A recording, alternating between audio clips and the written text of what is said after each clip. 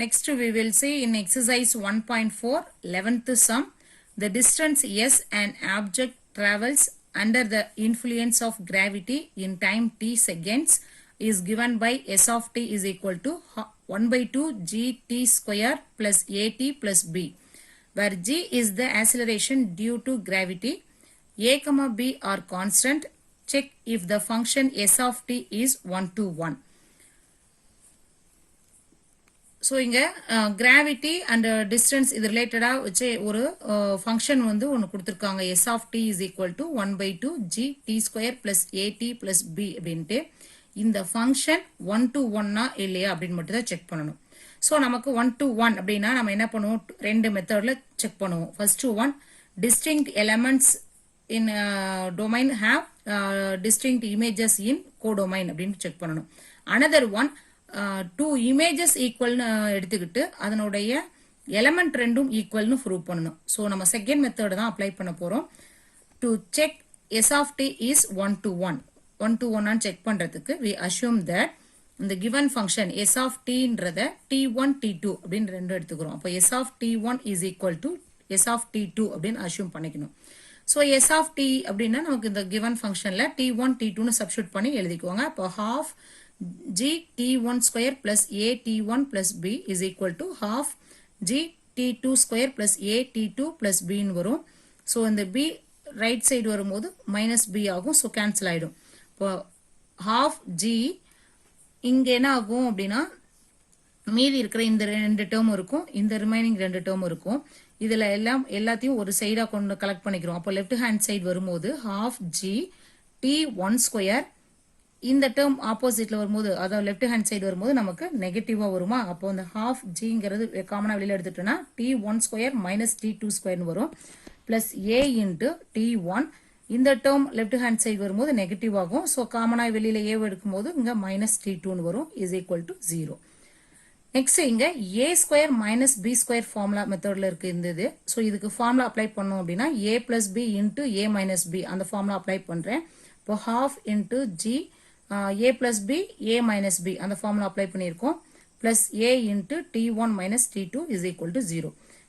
இங்க பாத்தீங்கன்னா இந்த ரெண்டு டேர்மும் common, t1 minus t2 t1 minus t2ன்றது காமன். ஸோ இதுல ரெண்டுல இருந்தும் t1 மைனஸ் t2 காமனா வெளியே எடுத்துட்டீங்க அப்படின்னா half into g t1 plus t2 இந்த டேர்ம் அப்படியே வரும். பிளஸ் இங்க ஏங்கிற டேர்ம் அப்படியே வரும், equal to 0.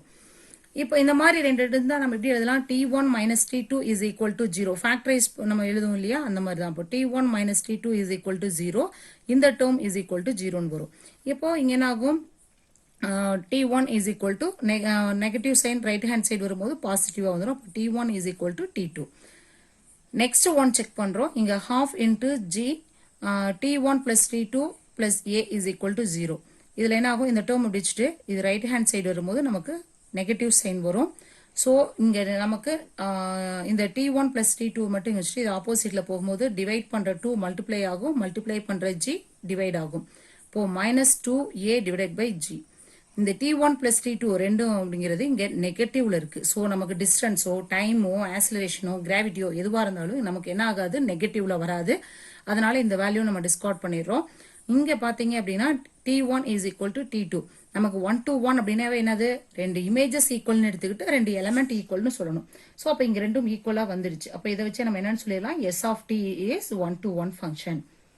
Next we will see in exercise 1.4 12th sum the function t which maps temperature in Celsius into temperature in Fahrenheit is defined by t of c is equal to f, where f is equal to 9 by 5 c plus 32.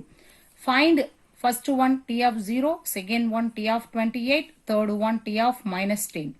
Fourth one the value of c when t of c is equal to 212. Fifth one the temperature when the Celsius value is equal to the Fahrenheit value. அதாவது ஒன்றும் இல்லை, ஒரு function வந்து எப்படி கொடுத்துருக்காங்க அப்படின்னா அந்த temperature வந்து செல்சியஸுக்காக இருக்கு. அந்த செல்சியஸ் அண்ட் ஃபாரன்ஹீட் ரெண்டுலையும் டினோட் பண்ணுவோம் டெம்பரேச்சரை. இது ரிலேட்டடாக வச்சு ஒரு ஃபங்க்ஷன் வந்து கொடுத்துருக்காங்க. T of c is equal to f அப்படின்னு ஒன்றும், வேற இந்த எஃப்ங்கிறது என்ன வேல்யூவா கொடுத்துருக்காங்கன்னா 9 by 5 c plus 32ன்னு கொடுத்துருக்காங்க. இப்போ நம்ம இந்த 5 சப்டிவிஷனும் கண்டுபிடிக்கணும். First right T of C is equal to F. இந்த Fன்றது என்னன்னு தெரியும்? F is equal to 9/5 C plus 32 தெரியும். அப்போ இந்த Fக்கு பதிலா இங்க சப்ஸ்டிட்யூட் பண்ணீங்க அப்படின்னா T of C is equal to 9/5 C plus 32. First one நமக்கு என்ன கொடுத்திருக்காங்க? T of 0. 0 அப்படின்னா என்னது? C ஓட வேல்யூ 0ன்னு அர்த்தம்.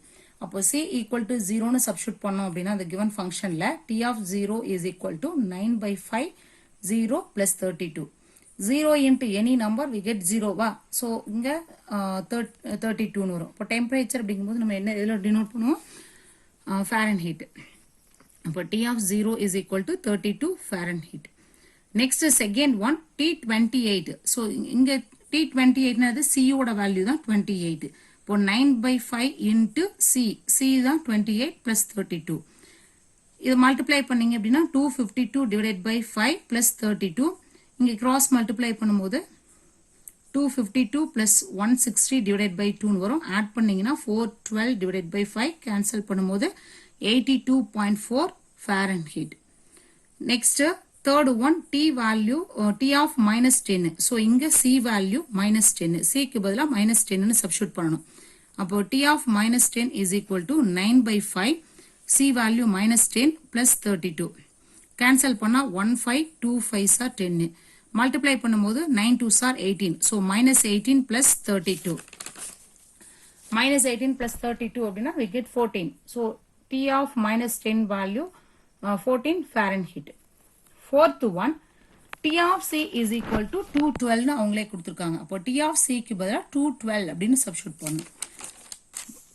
இப்போ 9/5 C plus 32 is equal to T of C அப்படின்றது தான் given function. அந்த T of C க்கு பதிலா 212 னு சப்ஸ்டிட்யூட் பண்ணிக்கோங்க. 9/5 C is equal to 32 right hand side கொண்டு வந்தீங்க அப்படின்னா நெகட்டிவ் சைன் ஆகும். இப்போ 212 minus 32. 9/5 C is equal to 180.